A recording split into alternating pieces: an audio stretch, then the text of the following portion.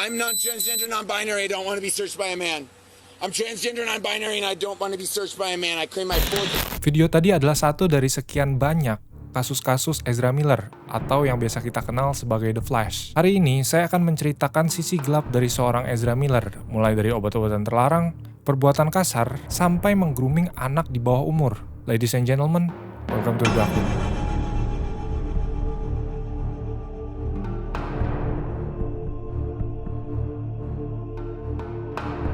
Sama seperti kebanyakan artis Hollywood, Ezra Miller ini nggak tiba-tiba terkenal guys. Bahkan saya yakin banyak dari kalian yang nggak tahu Ezra Miller sebelum film Fantastic Beasts di tahun 2016. Tapi guys, meskipun belum terkenal, Ezra Miller ini udah main film sejak dia umur 15 tahun. Film pertama dia adalah After School. Di film ini, Ezra berperan sebagai seorang anak SMA yang nggak sengaja merekam 2 orang temennya yang meninggal karena obat-obatan terlarang. Ezra Miller yang waktu itu masih di bawah umur emang gak seharusnya bermain di film seperti ini. Tapi pada saat itu, sutradaranya tuh senang banget sama si Ezra. Dia bilang bahwa Ezra itu tidak seperti remaja pada umumnya. Pada saat itu dia udah mengenal sama yang namanya seks dan rokok juga guys. Waktu umurnya masih 16 tahun, Ezra itu udah drop out dari sekolah. Bukan karena dia kurang pinter, tapi karena dia katanya dikunjungi sama Beethoven di dalam mimpinya guys. Selain itu, Ezra main di beberapa film independen seperti City Island, Beware the Gonzo, dan We Need to Talk About Kevin, di mana dia itu jadi seorang anak psikopat yang adalah seorang pembunuh. Jadi, sejak kecil, Ezra Miller itu sudah terekspos dengan hal-hal seperti ini guys, baik di kehidupan nyata dia maupun di industri perfilman. Dan pada tahun 2012, Ezra juga pernah ditangkap polisi karena ketahuan bawa ganja. Saat itu dia lagi membintangi film yang namanya The Perks of Being a Wallflower. Untuk kalian yang belum tahu guys, ada suatu hal unik tentang Ezra Miller. Dia pernah bilang bahwa dia itu tidak mengidentifikasi dirinya sebagai seorang pria maupun seorang wanita, tapi dia itu adalah seorang queer atau seorang dengan gender non-biner guys. Terlepas dari berbagai macam keanehan dia, pada tahun 2014, Ezra Miller itu berhasil mendapatkan peran sebagai The Flash. Dan hal ini tentunya membuat Ezra Miller ini menjadi seorang yang kaya raya. Tapi guys, seorang seperti Ezra Miller, ketika dia kaya raya, apakah akan berakhir baik? Pada Februari 2020 yang lalu guys, pada saat si Ezra Miller ini lagi syuting Fantastic Beasts di Islandia, dia itu tinggal di sebuah rumah Airbnb guys. Tapi guys, di sini yang dia lakukan itu adalah dia malah ngumpulin orang-orang di rumah dia untuk mengadakan seperti pertemuan spiritual gitu guys. Dan di sini banyak orang-orang yang katanya terhipnotis atau tercuci otak sehingga mereka percaya bahwa Ezra Miller ini adalah seorang dengan kekuatan khusus atau kekuatan mistis gitu guys. Dan 2 bulan kemudian, April 2020, masih di Islandia, ada seorang fans yang nyamperin si Ezra di luar sebuah bar. Tapi mereka malah berantem, dan fansnya itu dicekik sama dia dan dimasukin video sama teman-temannya guys. Kejadian ini tentunya mengundang banyak perhatian publik ya guys, tapi pada saat itu Ezra minta maaf secara publik dan dia bilang bahwa pada saat itu dia itu sedang kena panic attack. Meskipun pada saat itu banyak fans-fansnya yang mensupport dia, tapi udah banyak juga orang yang curiga sama kelakuan-kelakuan anehnya si Ezra Miller ini guys. Bahkan gak lama setelah itu, seorang bernama Nadia, nama samaran ya guys, bilang bahwa dia dan Ezra Miller itu menjalani hubungan friends with benefits selama 2 tahun. Dan hubungan mereka ini berakhir tiba-tiba cuma gara-gara si Ezra dilarang untuk ngerokok di rumahnya cewek ini guys. Gara-gara dilarang ngerokok di rumah cewek ini, si Ezra tuh langsung ngamuk dan diusir sama perempuan ini. Tapi bukannya pergi, si Ezra ini malah melakukan perbuatan yang aneh banget guys. Dia malah neriakin cewek ini bilang bahwa dia transfobik, bahwa dia adalah seorang Nazi. Dan dia itu malah mondar-mandir di rumah cewek ini, pegang-pegang barang. Lalu dia itu nyebar-nyebarin daun-daun tembakau di rumah cewek ini guys. Dan waktu itu dia juga bilang bahwa I am the maker of planets, tobacco is sacred. Di sini udah agak kelihatan ya guys bahwa kayaknya ada yang salah sama isi kepalanya si Ezra Miller. Nah, 2 tahun setelah itu guys, di tahun 2022, Ezra Miller ini ada banyak kasus. Di awal tahun, dia itu sempat bikin video aneh yang menyerang KKK, yaitu sebuah grup teroris supremasi kulit putih di AS. Dan gak cuma itu guys, dia itu banyak kena kasus mulai dari bikin rusuh di bar, lalu ngegebok cewek pakai bangku, sampai dia itu kena kasus perampokan guys. Di sini benar-benar kelihatan bahwa Ezra Miller ini nggak bisa mengontrol emosinya dan banyak melakukan perbuatan-perbuatan random yang sepertinya nggak dipikir sama akal sehat guys. Tapi terlepas dari banyaknya perkara-perkara hukum itu guys, si Ezra ini tidak pernah kena hukuman apapun maupun dipenjara sehari pun guys. Hal itu karena dia punya uang dan punya lawyer-lawyer yang hebat guys. Bayangin kalau orang biasa yang terjerat kasus-kasusnya si Ezra Miller, pasti udah dipenjara guys. Di balik segala keanehannya, si Ezra Miller ini dikenal sebagai seorang aktivis yang suka ikut demo. Dan pada tahun 2016 yang lalu, di suatu demo, dia itu ketemu dengan seorang perempuan usia 12 tahun yang namanya Tokata Iron Eyes. Si Tokata ini adalah salah satu fansnya si Ezra Miller.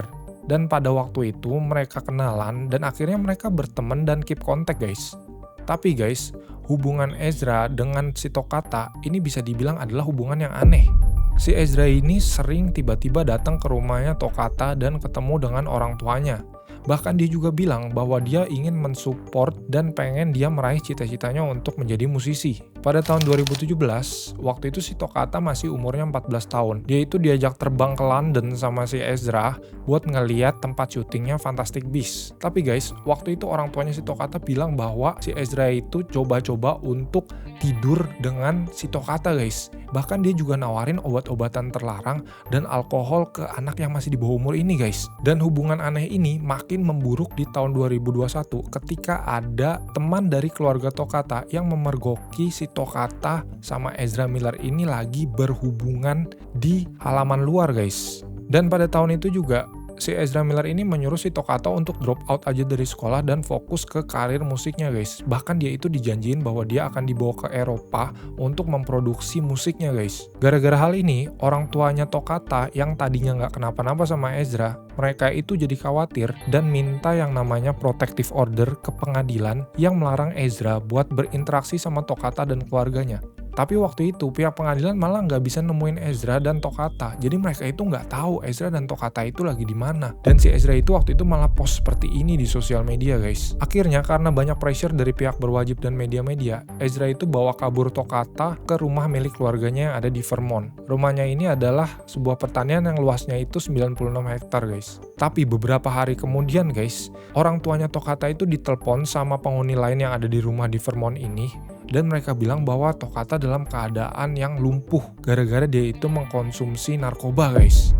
Nah, dalam keadaan panik, orang tuanya Tokata langsung terbang ke Vermont dan di situ mereka menemukan si Tokata itu udah seperti orang yang kebingungan dan suaranya itu udah hilang kayak orang yang abis teriak-teriak berhari-hari guys. Dan bukan cuma itu, pada saat dicek badannya juga banyak memar-memar seperti orang abis dipukulin guys. Tapi waktu itu si Tokata itu ngakunya bahwa memar-memar itu dia lakukan terhadap dirinya sendiri. Karena dia sedang sedih ada sahabatnya yang meninggal. Tapi ternyata nggak seperti itu guys, karena ada beberapa saksi pada saat itu yang bilang bahwa memar-memar itu adalah karena Ezra Miller yang sering berbuat kasar sama si Tokata.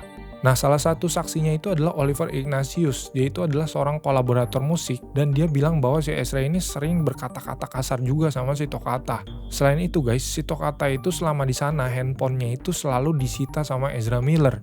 Jadi dia itu nggak bisa ngubungin siapa-siapa guys. Dan anehnya si Tokata itu disuruh ganti nama sama si Ezra jadi Gibson.